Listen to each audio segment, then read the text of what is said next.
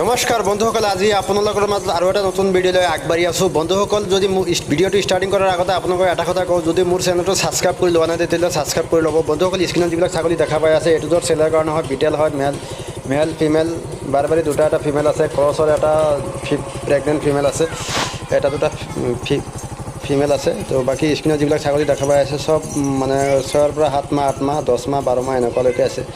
সৰু ডাঙৰ যাৰ যেনেকুৱা লাগে তেনেকুৱা ল'ব পাৰিব। আপোনাৰ বাচ্চা থকা মালো আছে দুটা অনলি, এটাৰ লগত মেল বাচ্চা আছে আৰু এটা ফিমেল বাচ্চা আছে। আৰু ৰাতিপুৱা ভাগত সিহঁতক মানে বহুত ঘৰৰ পৰা কমচে কম 5-7 কিলোমিটাৰ দূৰত লৈ যোৱা হৈছিল, মানে খুৱাবৰ কাৰণে, বা জংঘলবিলাক যেনেকৈ যাৰ সুবিধা ইচ্ছা অনুযায়ী খাব পাৰে সেইকাৰণে তাতে লৈ যোৱা হৈছিল। আৰু একেটা ছাগলী মানে ফিজিকেল লাইনটো বহুত ভাল। আৰু বাকী যিবিলাক অকণমান প্ৰব্লেম আছিল, দুৰ্বল আছিল, তো ঘৰত থৈ গৈছিলোঁ।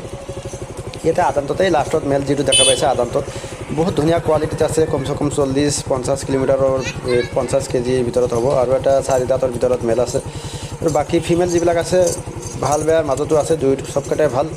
তো আজি এইখিনিয়ে থাকি